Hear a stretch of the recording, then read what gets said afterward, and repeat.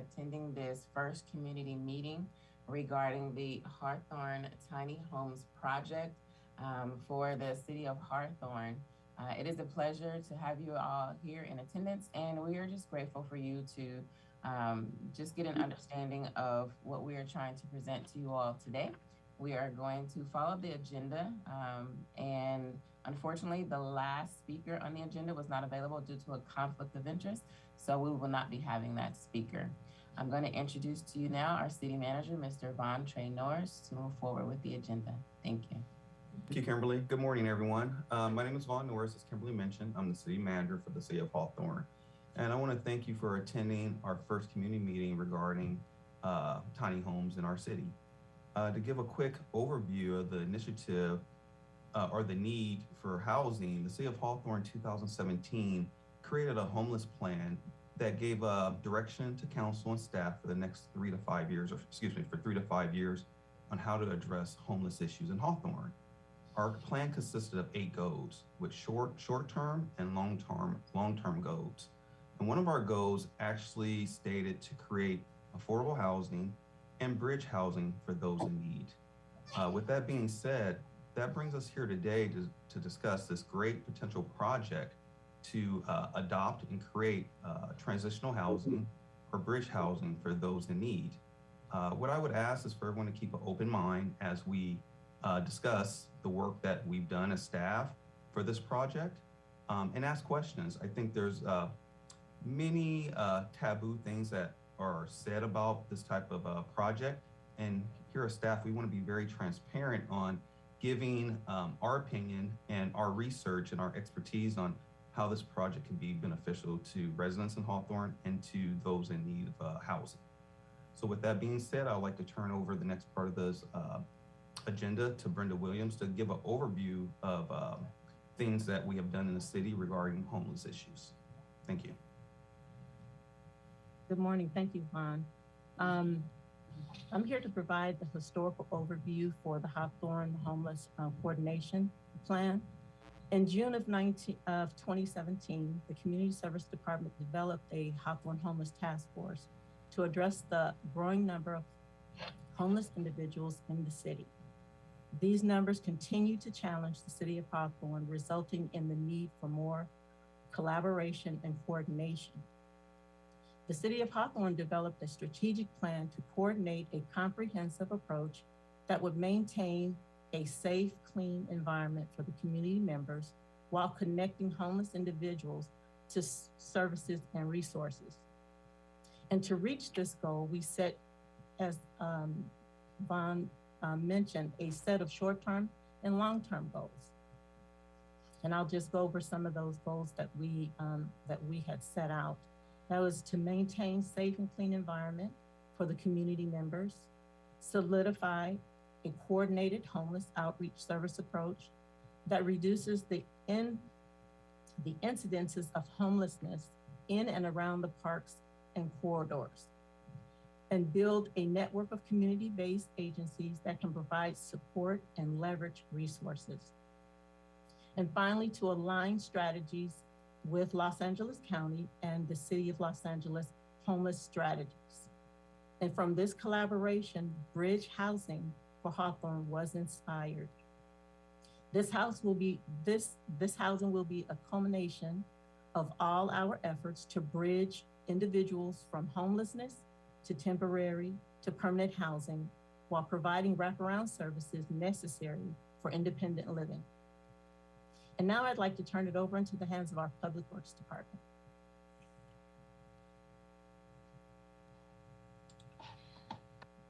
So, can you guys see my screen? Okay. Yep, so hi, good morning. My name is Selena Acuna, and I am with the Public Works Engineering Division, and I was in charge of coordinating with utilities, and will be in charge of coordinating with the contractor for construction. Hi, good morning, everyone. My name is DJ Torado, and I'm with the City of Hawthorne Public Works Department Engineering Division, and I was responsible for the planning and design of our Hawthorne Tiny Homes project. So today we're going to go over the location overview, project background, design, and construction of the Hawthorne Pallet Shelter project. So for the location overview, the project site is located in the easternmost side of Hawthorne Lennox Park and Ride. This is near Hawthorne Boulevard and 111th Street. This is a great location because it has accessibility to public transportation and its close proximity to commercial areas. So this benefits when connecting unhoused clients to jobs when they don't have accessibility to a vehicle. This area will also be a secure location, and it is a large available space that is 1.8 acres. For project background, we have been coordinating and working closely with Caltrans to use this area. We have submitted the encroachment permit and currently working towards the 90% of the drawings, which will be submitted to Caltrans in 2 weeks. We have conducted public right-of-way surveys such as the legal description and plat, conducted environmental site assessment, and the radio frequency compliance study.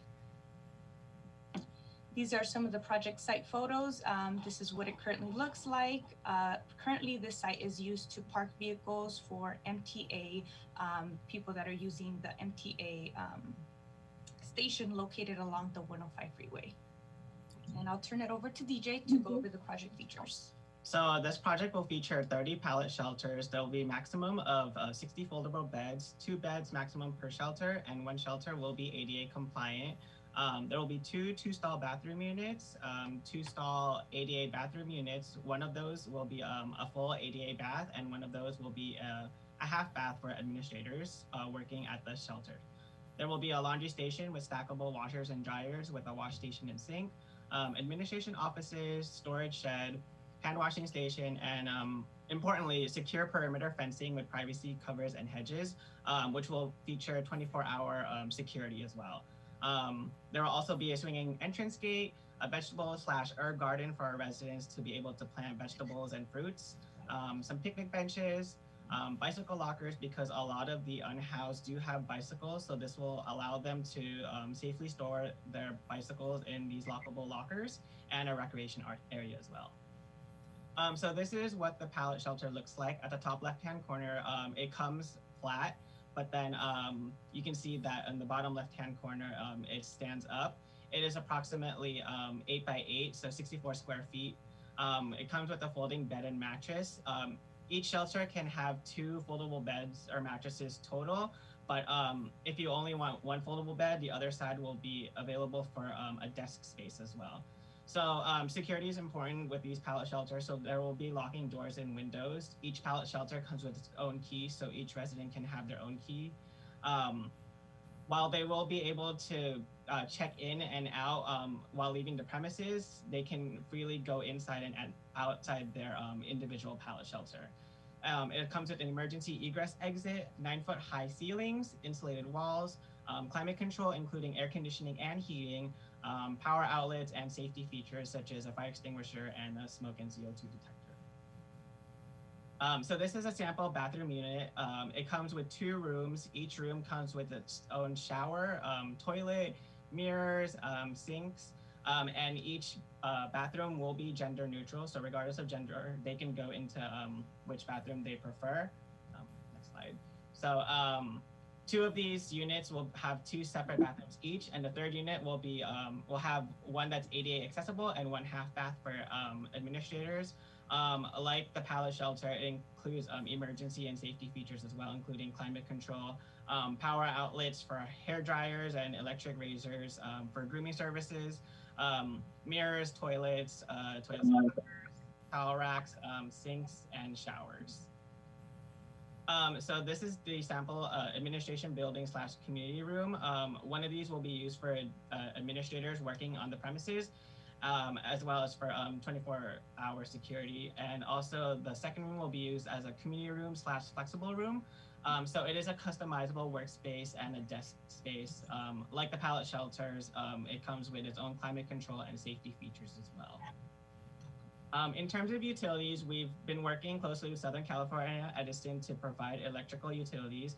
So power will be required for all buildings. So each of the 30 individual pallet shelters, the bathrooms, and the laundry room. For water utilities, we've been coordinating with the Golden State Water Company. The only buildings that will need water are the bathroom units and the laundry room. And in terms of trash and recycling, we've been coordinating with Republic Services. We're going to have a enclosed trash area, which will have one trash bin and one recycling bin. In terms of vegetation, there will be a rain garden area that catches stormwater runoff. So it'll be able to filter pollutants during a rainstorm. And it'll also have drought resistant plants. So there will be not much need for watering the plants.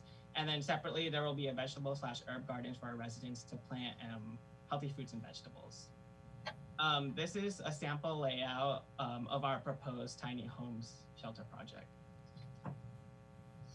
And for construction, so we did a cost estimate for labor, materials, and utilities of 1.1 million, and received a bid from our general maintenance contract for an annual maintenance of 384,000 a year. So if you can see this timeline below, this is our planned timeline. If we can get approval from Caltrans for the right-of-way by May, we can begin construction in June. Construction will take approximately 6 months and be completed by November if we get approval by Caltrans. And now I will introduce Kimberly Mack, which is the Director of Housing for the City of Hawthorne, who will share information about services. Thank you so much, Selena and DJ. So, this has been a lot to hear in a short time of what our ideas are for this project. What I heard and what I want to reiterate is security. This site will be monitored by staff and by security 24 hours a day, 7 days a week. The program will have house rules to ensure that the property is kept clean and that it is orderly. There will be one way in, one way out, a check-in area for any visitor of the site. So that makes the project very safe considering the surrounding areas that are there, the schools, the homes, the businesses. We're taking all of this into consideration. And there may be other security features added at a later time. We're still in conversation about this. I heard convenience. The project will boast of ADA compliant tiny homes, restrooms, an on-site laundry facility, activity stations, gardening, outdoor eating spaces, residential parking. There's also immediate access to public transportation, as previously stated, and it will be pet friendly. So this is a place that I see will start to eliminate the barriers for housing and allow those who have found it so hard to meet the qualifications for your standard housing and the programs that have tons of paperwork to come in here and get a fair chance at getting sustainable, healthy housing. And then I heard we're going to be working with service providers with this project. And yes, the city will partner with a primary service provider to help run the program on a regular basis, but the city will also need to work with other service providers who are willing to just provide their support and offer whatever services they have. It can be individuals, it can be agencies, nonprofit groups, and even the schools can learn how to work with this disadvantaged population here while this project is in place. The service providers that'll be on site will address the needs of individuals on an individual basis of each resident.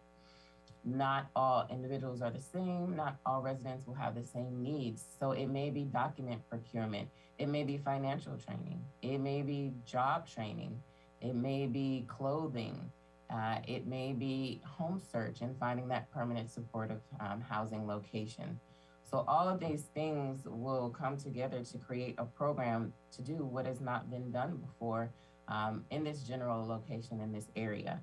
We are looking forward to not only receiving resources and assistance from service providers, but partnering them in a way that there's a general benefit. For example, we would find it an honor to partner with the local schools to address the homeless population that they are also dealing with. This situation hits home for everyone and no one is excluded.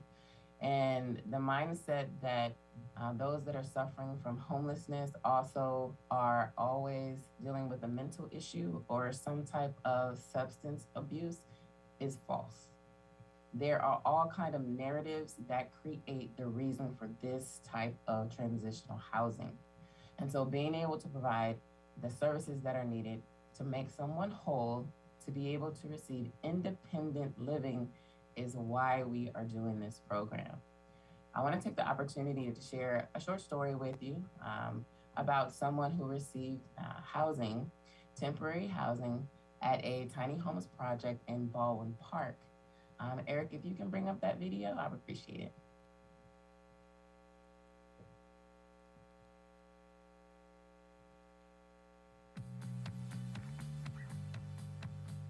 This is San Gabriel Valley's first tiny home village. I'm Taylor Torgano in Baldwin Park with why this means so much for one man who finally has a home for the holidays. Coming up. With millions of Americans traveling to visit family this week, it's worth remembering not everybody has a home to go back to over the holidays. Now, a new tiny home village in Baldwin Park is opening its doors just in time for the holiday for Thanksgiving. Taylor Torgano met one man moving in and hoping to get back on his feet. Joe Quijas has been living in his truck for more than 8 years, but today he finally has a place to call home. I'm Taylor Torgano in Baldwin Park with the first tiny home village in San Gabriel Valley that opened just in time for the holidays. I had to give me a sign that says, "Home sweet home." If the eyes are the windows to his soul, Joe Quijas is full to the brim with gratitude. He's overcome by emotion as he moves into the first place he's called his own in nearly a decade. I finally got a break here. I was a long time without anywhere to live, and so I just thank God that my turn came up. The Baldwin Park native says he submitted application after application for housing assistance but was never selected, and no longer physically able to drive trucks or work in construction that once paid the rent for him and his 3 kids. I got old.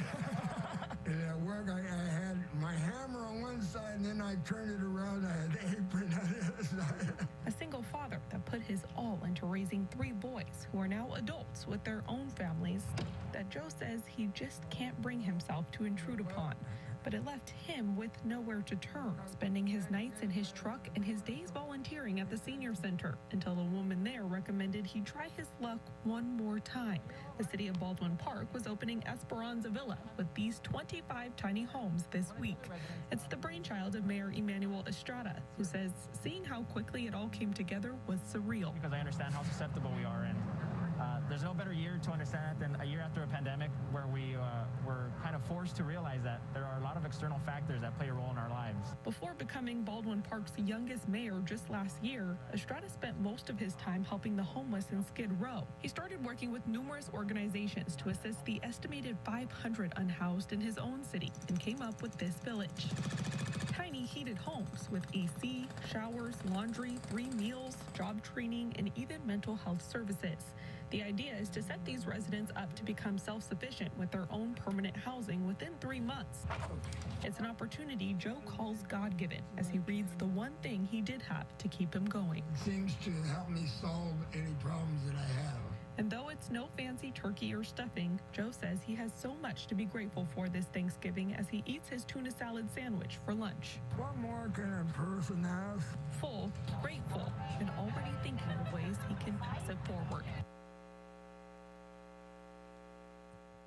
Thank you, Eric. So as you can see, there are all types of needs, and if we can be that helping hand, why not?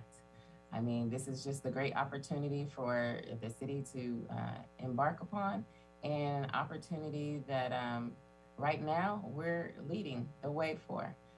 There are other pallet shelters in the area, and we just want to provide that safe place for those who are really in need. I'd like to introduce St. Margaret Center, who's going to share with us, you know, the provider service point of view of things and how their services impact the clients that they see on a regular basis. St. Margaret Center is a program of Catholic Charities of Los Angeles. It has served low-income and homeless families since 1987. The center provides a comprehensive range of emergency and supportive services to about 10,000 unduplicated individuals annually in the Los Angeles area, LAX, and primarily those living in the cities of Lenox and the surrounding communities. So it is my pleasure to introduce Mary Agnes and Jonathan from the St. Margaret Center. Thank you, Kimberly. Hi, my name is Mary Agnes. I'm the director of St. Margaret Center, and We've been in the community for 34 years. We were on Hawthorne Boulevard for 20 years. And now we've been on Inglewood Avenue and 102nd Street for 14 years, for those of you who aren't familiar with us. And we're part of the homeless services system, which is called Coordinated Entry System throughout the county of Los Angeles. And we are the northern hub lead for this part of Los Angeles, which I always call the greater LAX area, which includes Lenox, Inglewood, Hawthorne, Gardena, Lawndale, and a few other cities. And so in our 34-year history, we've been working with people who are unhoused. We've been a drop-in center, and our services have just grown each year. So now we're able to provide, food and hygiene kits. And on Monday mornings, it's pretty amazing. If you ever want to stop by, we have our whole parking lot converts into a homeless services area. So we have Venice Family Medical Clinic is there. Showers of Hope provides showers. Legal Aid has just rejoined us after the pandemic, so they're there. We have haircuts, we have lunches, so we have full service, for people who are unhoused. We also provide a mail service, so if it's really difficult to resolve your homelessness if you can't receive mail, so we're a mail service for about 200, I think, people right now. And so all kinds of supportive services for people who are experiencing homelessness and to help improve the quality of their lives while they are homeless. But most importantly, we have case management services. So we have case managers here on site whose ultimate goal is to help people get into permanent housing. And we have one homeless coordinator who works, for the city of Hawthorne. And we have a team here. And I'll introduce Jonathan in a minute, who's the head of that team. And just, from my perspective, having worked with unhoused households for, 34 years, one of the difficulties that we've had is not having a general homeless shelter anywhere in the community. There are some, specialized places, for veterans or DV or, different populations, but just for general, adult population, there are no shelters in this area.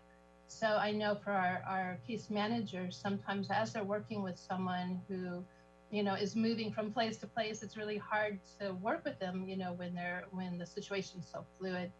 And, it just would be helpful to have, people in a place that we could continue to work with them, to continue to help them get into permanent housing.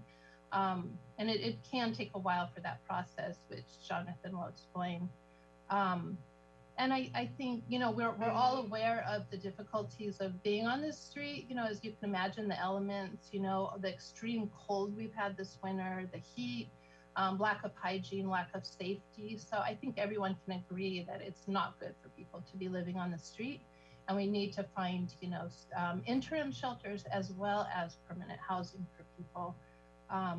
And I think, from what I've seen, with congregate shelters and different kind of housing models, what I like about the tiny homes is that people are afforded the privacy that they need. Congregate shelters are a little bit daunting and a lot of people do not want to go into them. And I think it's important to recognize that, just basic tenet of human dignity, that people need their own space. So anyway, those are my thoughts. And I think if I can forward it to Jonathan Saeed, who's our homeless services manager, who will talk a little bit about that, what that looks like, that process of getting someone into permanent housing. Thanks, Mary Agnes. Thank you, everyone from Hawthorne. One of the biggest challenges for the clients here is having somewhere stable to go. Mary Agnes alluded to us being a provider in this region-wide system. And it works a bit like, people are on the streets, they may go into shelter, they may get the support of a case manager to help them find permanent housing. And one of the challenges in doing that for us is, just like Mary Agnes said, we're dealing with clients who are transient. And part of their transience means not a stable place to stay. And so in our work with clients who we've been housing aggressively, especially over these past few months, the biggest barrier is consistency. Shelter is a housing solution, albeit a temporary one, but it also gives it a point to pivot to other options, not only including permanent housing, but connections and linkage to mental health services, medical health, dental health, and so on, mainstream benefits, getting documents together for eligibility criteria to enter permanent housing. And so that's one of the most important functions for us as a case management team, is being able to make contact with clients. And shelter provides that housing solution for us to be able to continue them on their path toward permanent housing. And that's really all I have to say about it. I mean, it's an honor to be working personally. It's an honor to be working. It's an honor to be working with our homeless friends and neighbors. It's extremely edifying, and I really appreciated what Kimberly Mack was sharing about how we can engage the community in doing this work. It saves lives, despite all kinds of barriers and challenges. When we come together, and that's really the goal of our work here, and part of this being a part of a region system, is to help as a community to be stronger when we're working in coordination and collaboration with others. So again, thank you for the opportunity.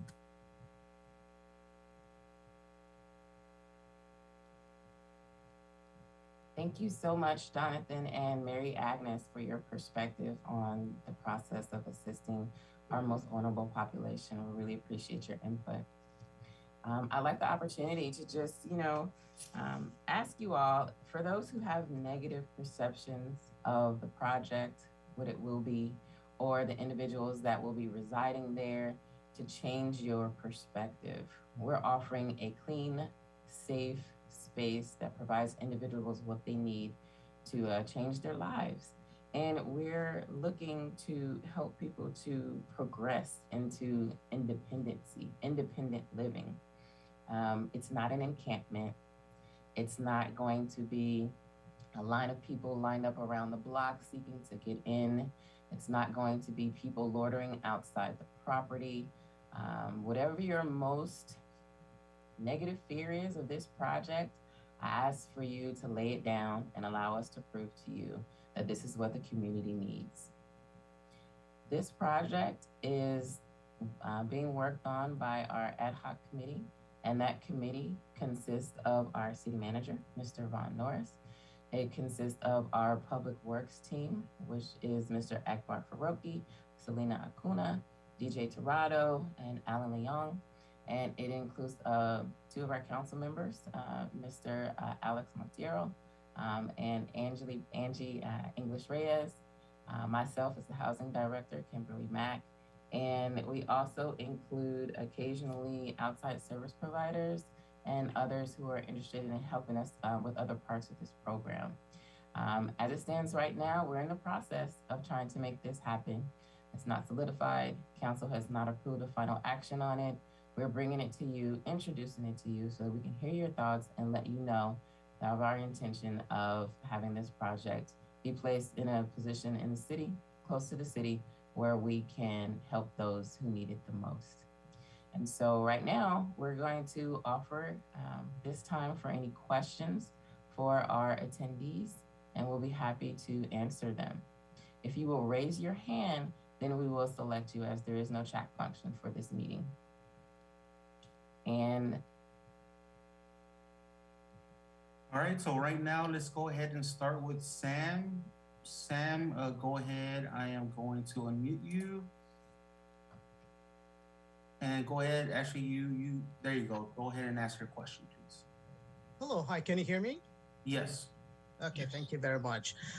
Just to start with saying that yesterday, me and the neighbors were the most impacted property by this project.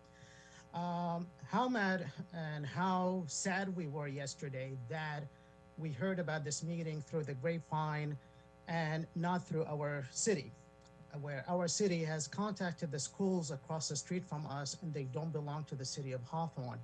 But we had a meeting with the city, with Vaughn, a few months ago, and we told not to worry about this at all. But yet, when this meeting happens, we were never notified. None of us were notified. So it's kind of very sad that our city did not notify us, and we are the most impacted property out of everybody else.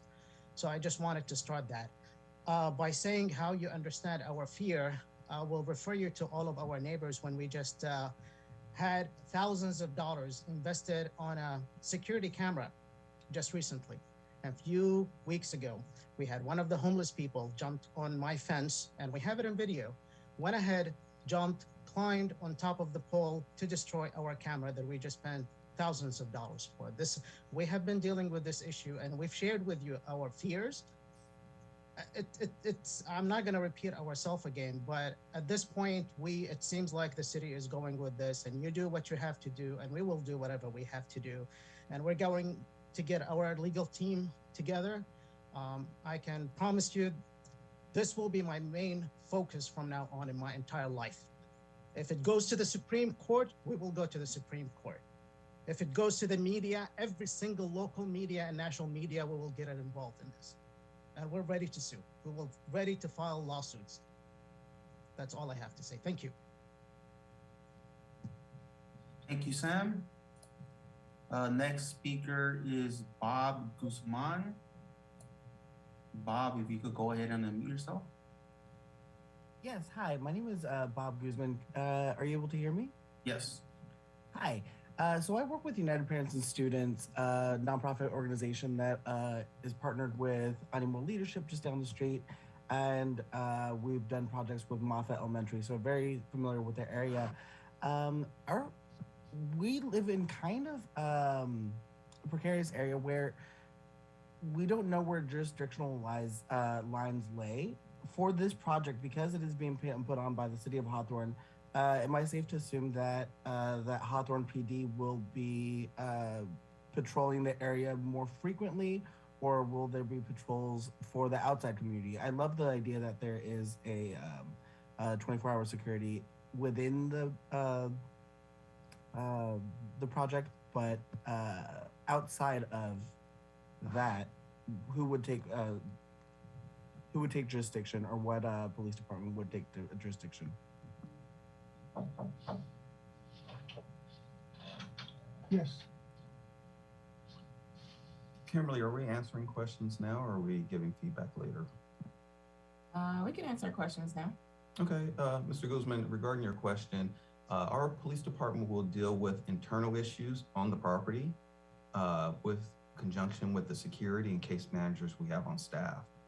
Regarding the patrolling questions, that would be in the jurisdiction of the county sheriff's department, but Hawthorne Police Department will deal with on-site issues if they have any. We did visit a pallet shelter yesterday, Baldwin Park. In 6 months of operation, they have not had one call. We would like to template their program to identify what we're creating here in Hawthorne.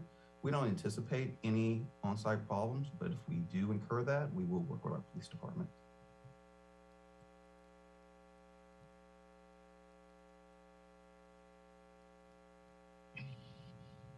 Was that it, Mr. Guzman? Is that all you have to say? That is my question for right now. I will re-raise my hand if another one comes. Thank you. Thank you. All right, the next speaker is Flor Aguilar. If you could please unmute yourself and ask your question.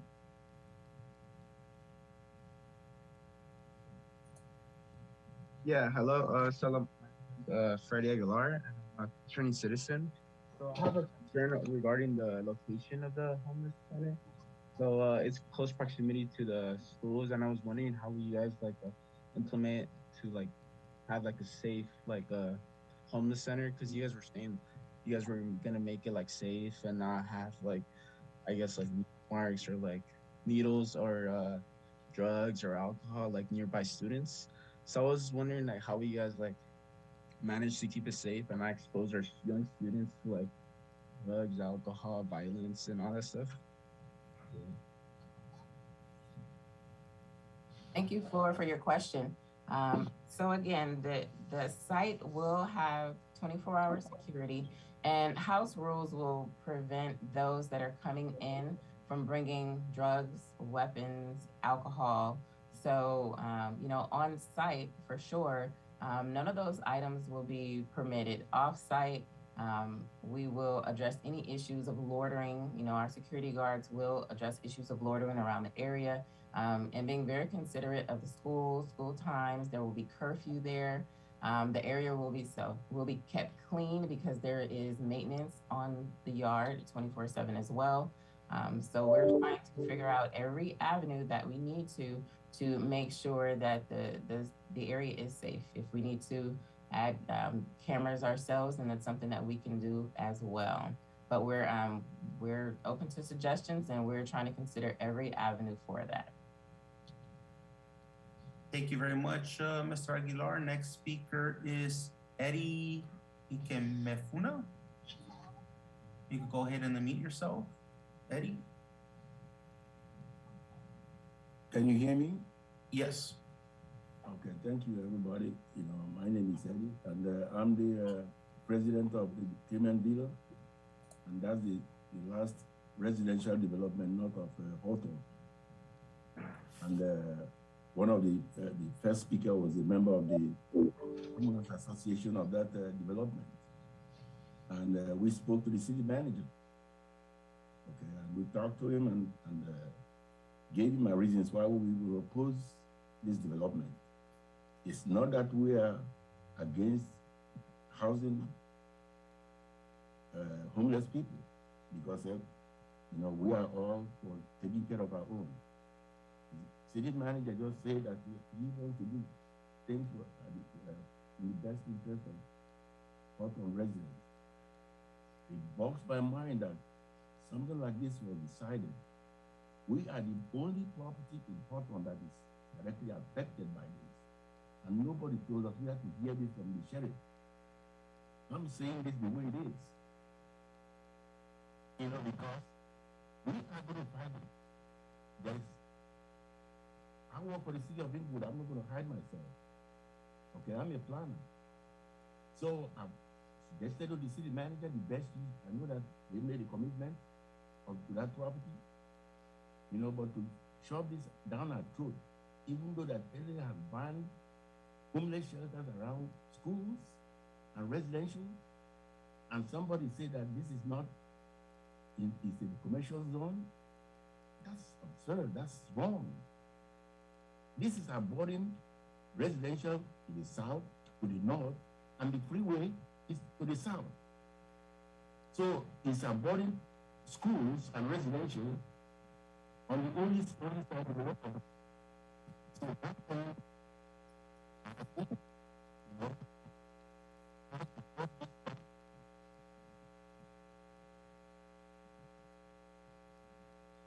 Eddie, I believe we lost communication with you. We were breaking up and we can no longer hear you.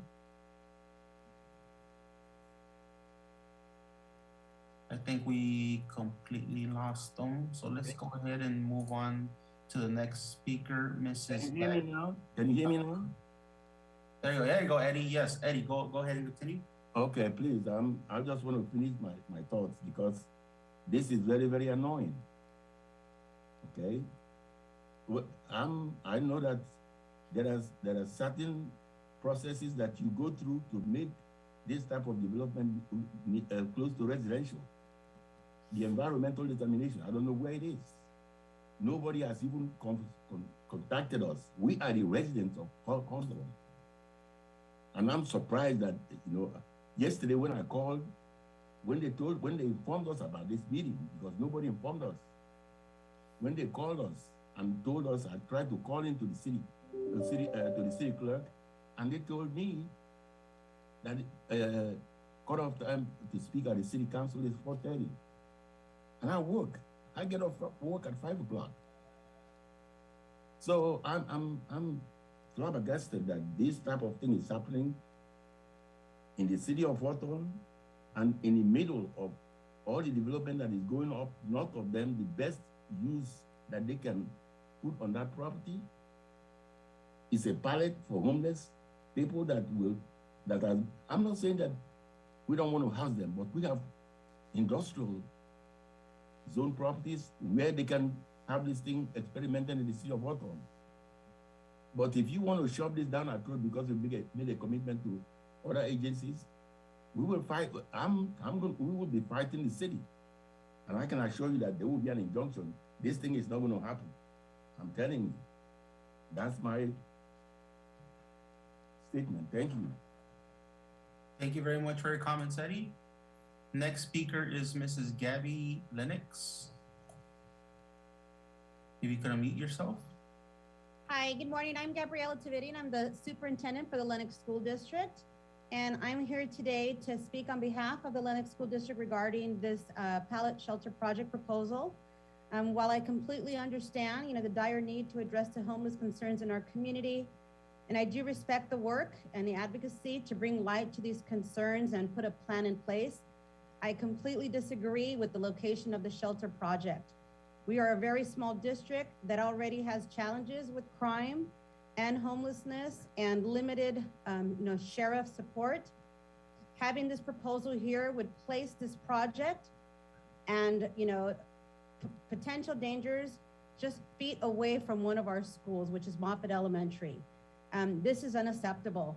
In a time when we're beginning to barely have our parents feel comfortable sending our students back to school because of the pandemic, now you're asking us to, have our parents send our children to school with this project just feet away from our students.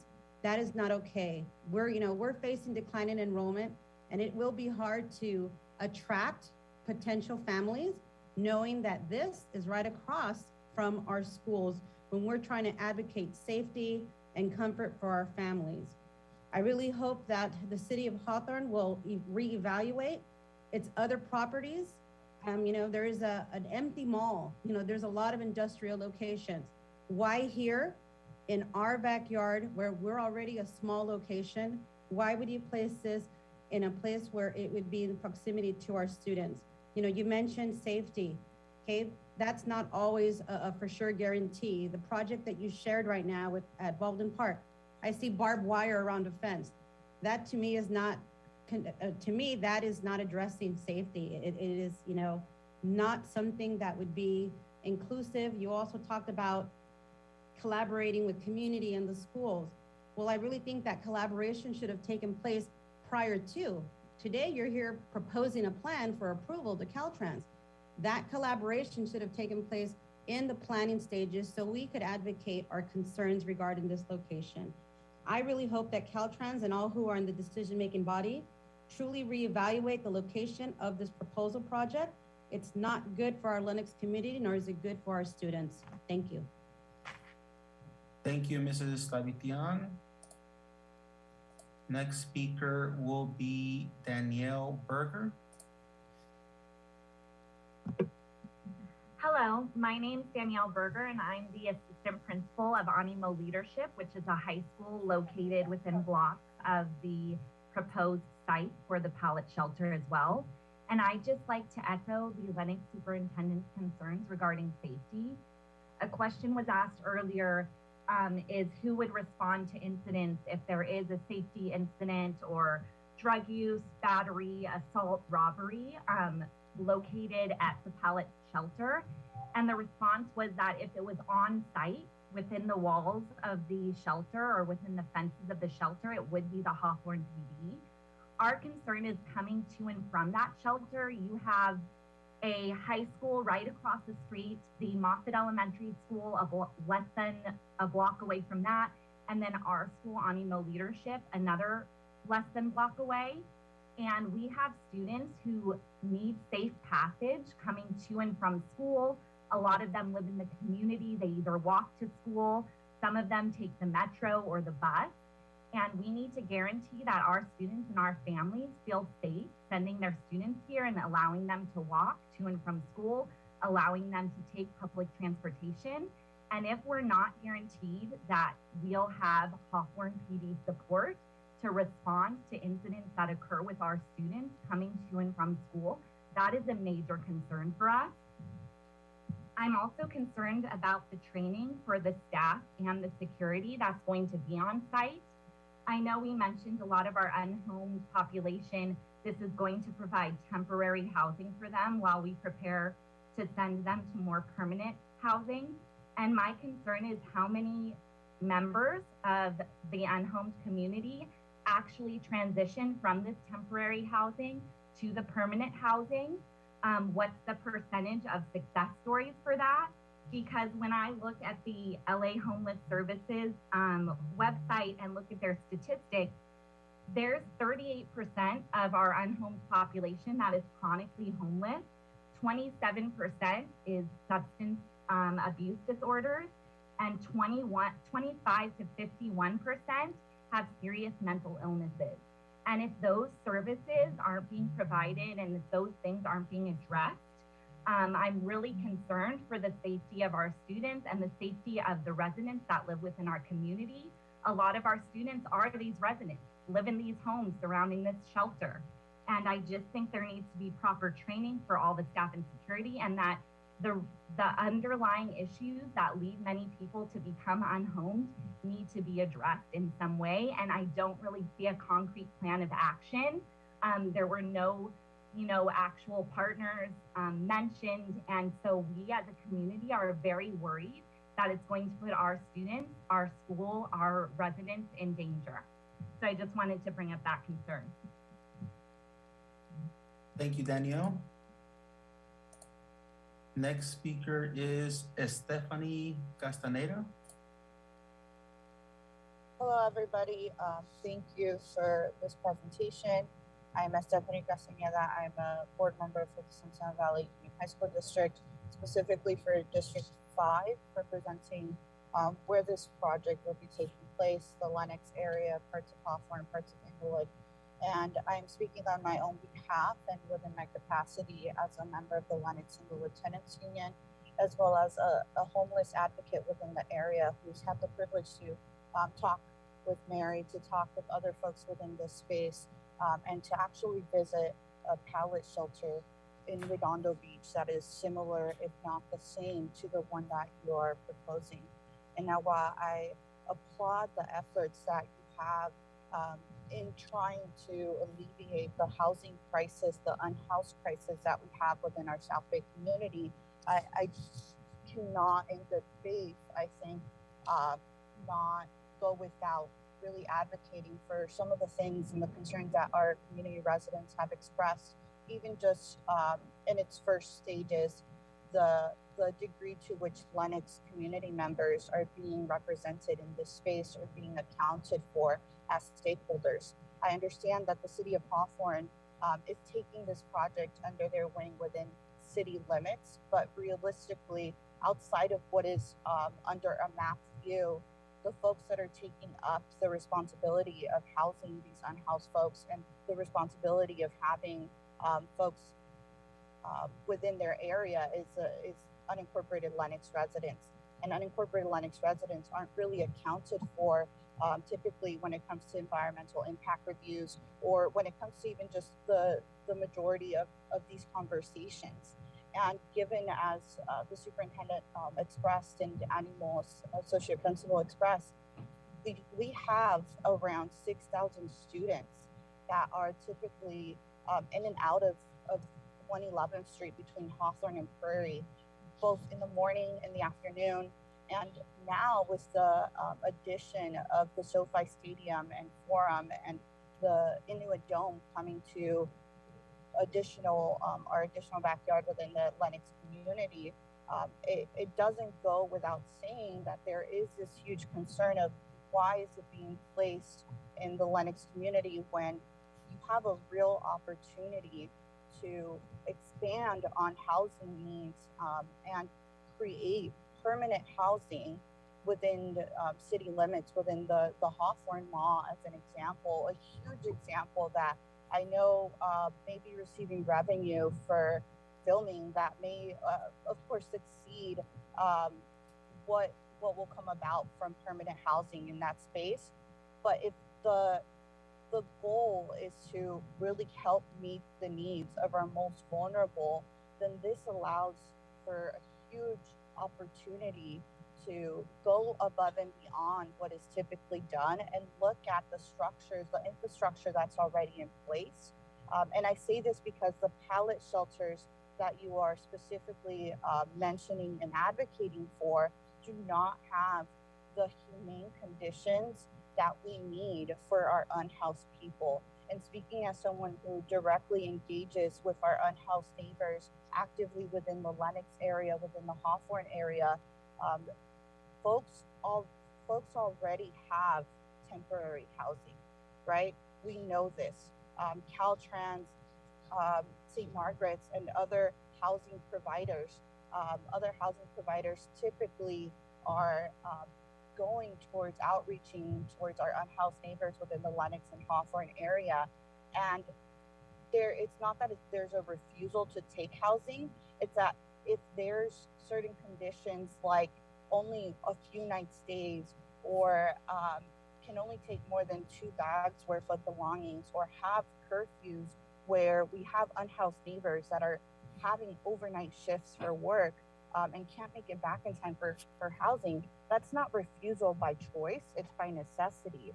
And so when we think about these pallet shelters, I get really into the nitty-gritty details, right? And I know as within my school board role, I always go in on the questions, and especially with the construction questions, because I know just how much all of those details matter.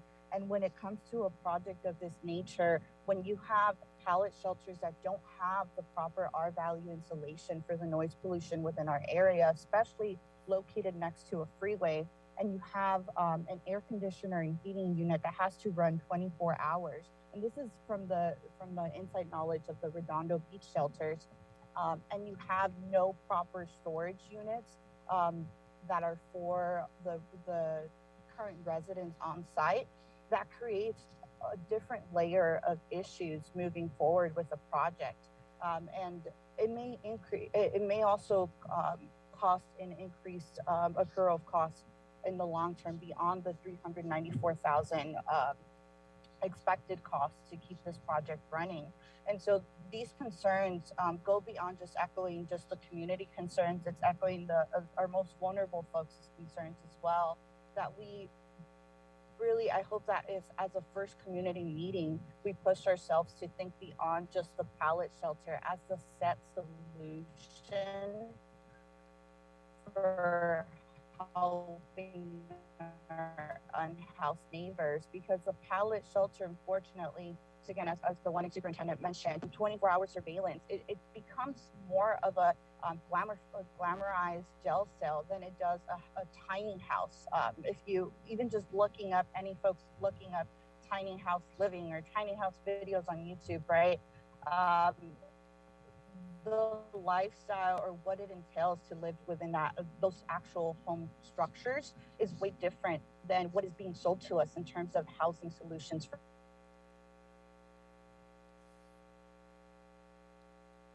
our unhoused neighbors. And so I really want to push this first community session to on what is currently set, and if we have manager and everyone to really think about moving forward, if we can start from scratch with a partnership that really accounts for all stakeholders involved and really accounts including our unhoused neighbors as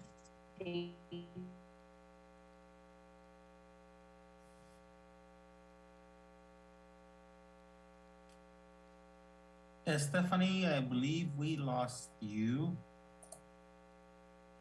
Yeah. Shelters provide a dignified living solution. Thank you, and that's it. Thank you very much. Our next speaker is Ronson Chu. Thank you, Eric. First, I'd like to thank Vaughn and his staff for undertaking this really difficult project. It's always challenging when a community is faced with this choice of whether to build or not to build. And we saw this in Redondo Beach as well. I work for the South Bay Cities Council of Governments, and I've been monitoring these pallet shelter build outs all throughout the region, all across Allen County. And the comments are very similar. You know, prior to Redondo Beach building out, let me just read you, these are real comments from real people in Redondo Beach. How could our council member build a shelter so close to our schools? Our kids will be in danger. There's gonna be an increase in crime. Another person said our property values will go down.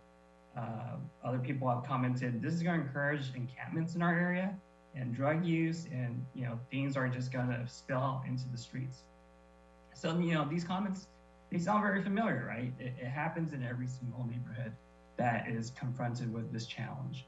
Now I want to fast forward to today, and after the Redondo Beach shelter has been built, there hasn't been any comments from school principals or mothers or teachers because the shelter has worked. The mayor of Redondo Beach, quote, "I am really proud of this program." The police chief of Redondo Beach, we have not seen any crime attributed to that shelter whatsoever. Girl Scouts, churches, Rotary clubs of Redondo Beach have donated meals, hygiene kits, and clothing to the shelter. So what was thought as, you know, in the beginning as a blight to the community, something to be fearful of, has actually turned the community around, and now the community is actually inspired by the Pallet shelter. And I know that's really hard to kind of understand because when you think of homelessness, you think of that crazy guy on the street corner, right? But that's the problem. Our homeless problem is out on the streets, and that's where the problems happen. That's where safety issues happen. So in order to solve that problem, you need to build shelters to get people off the streets so that they can rehabilitate. And time after time, in community after community, communities that have stepped up to this challenge and built shelters, their communities have gone safer. Redondo Beach, the property values there have gone up, not down. And the community has rallied around this Pallet shelter. So I just encourage the people of Hawthorne to know that, you know, keep an open mind. You know, we live in smaller cities and our commercial areas are adjacent to residential areas. There's schools everywhere. There's preschools everywhere. And in other communities, preschoolers, teachers, mothers, they've all come out against this. But then at the end of the day, a year or two after the shelter is built, nothing, no complaints, no comments. It has actually inspired communities. And so I just encourage people, Hawthorne and Lennox, to really just keep an open mind about this project. Thank you. Thank you, Mr. Chu. Next speaker is Rudy Otsoy.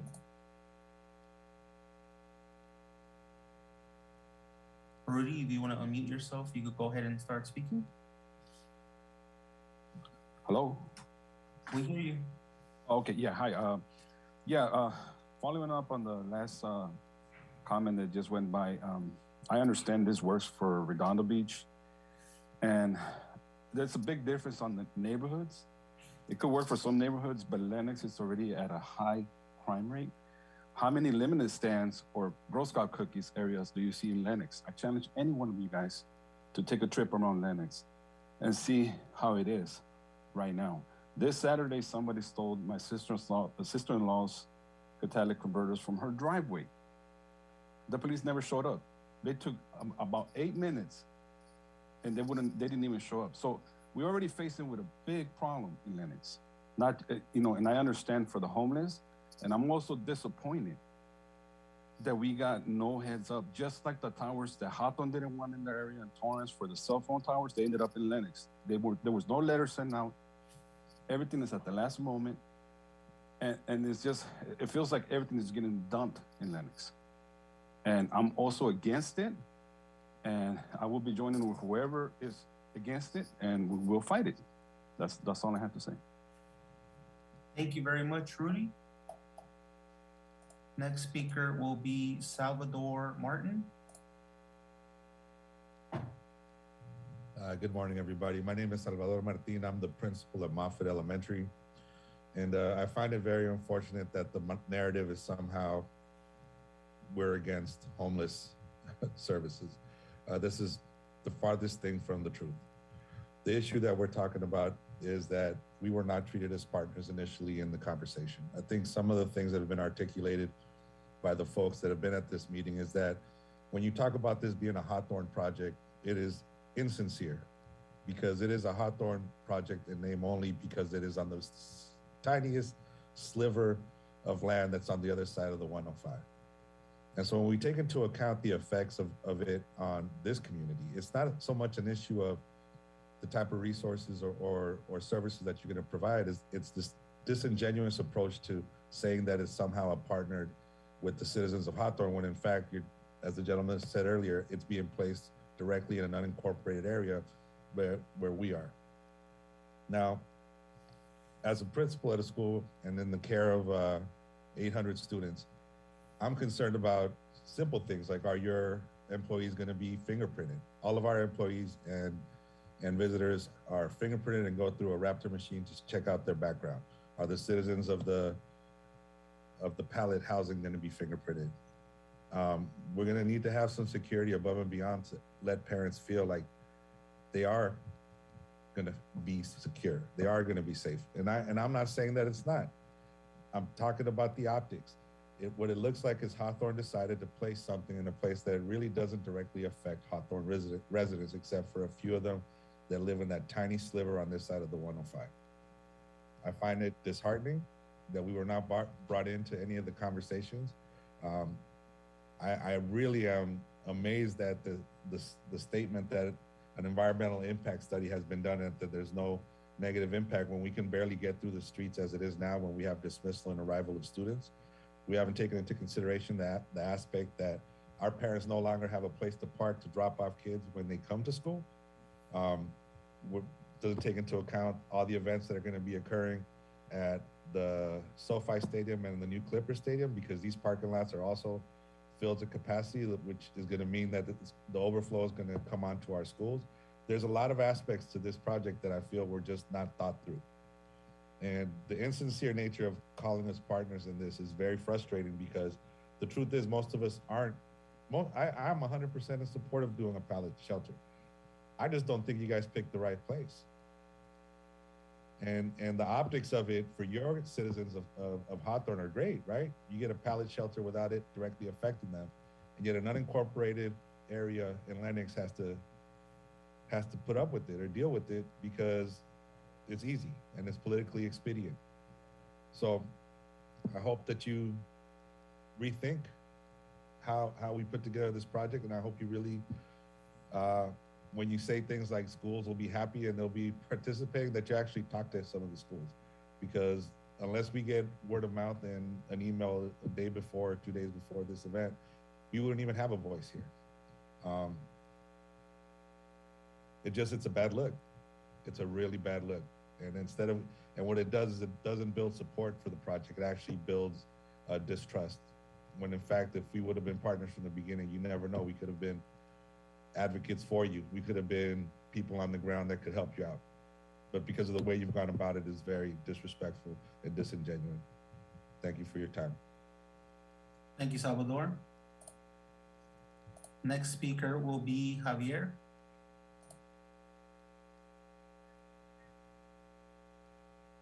Javier, if you could unmute your microphone, please. Yeah, can you guys hear me? Yes, thank you.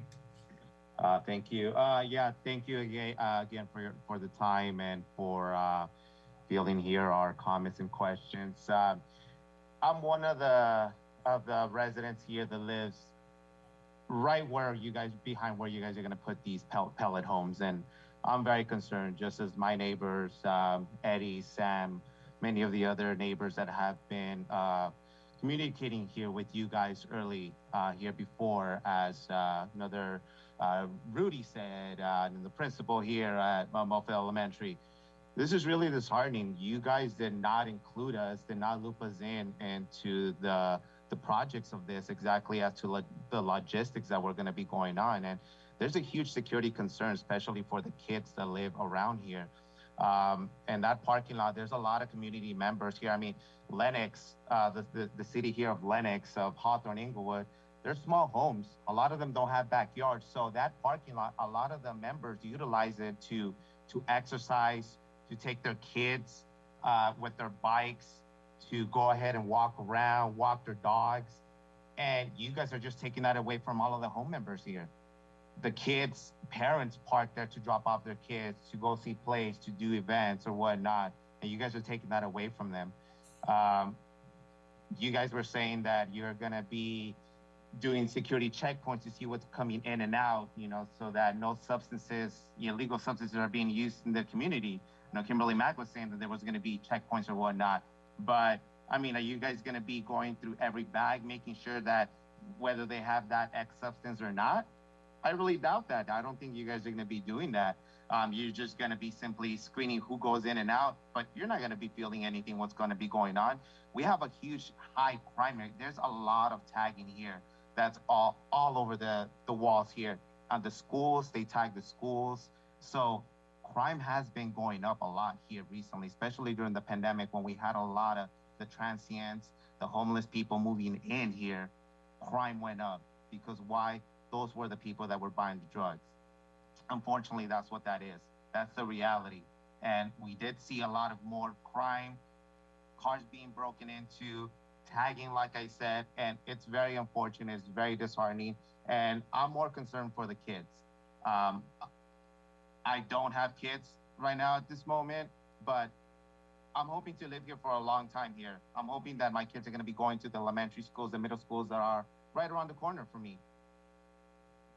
And the fact that that's a little bit murky, we're in murky waters as to what that's going to look like in the future is really concerning. It's really disheartening. So, like some of my neighbors here said, we do plan to fight this. We are going to fight this. We are going to litigate this.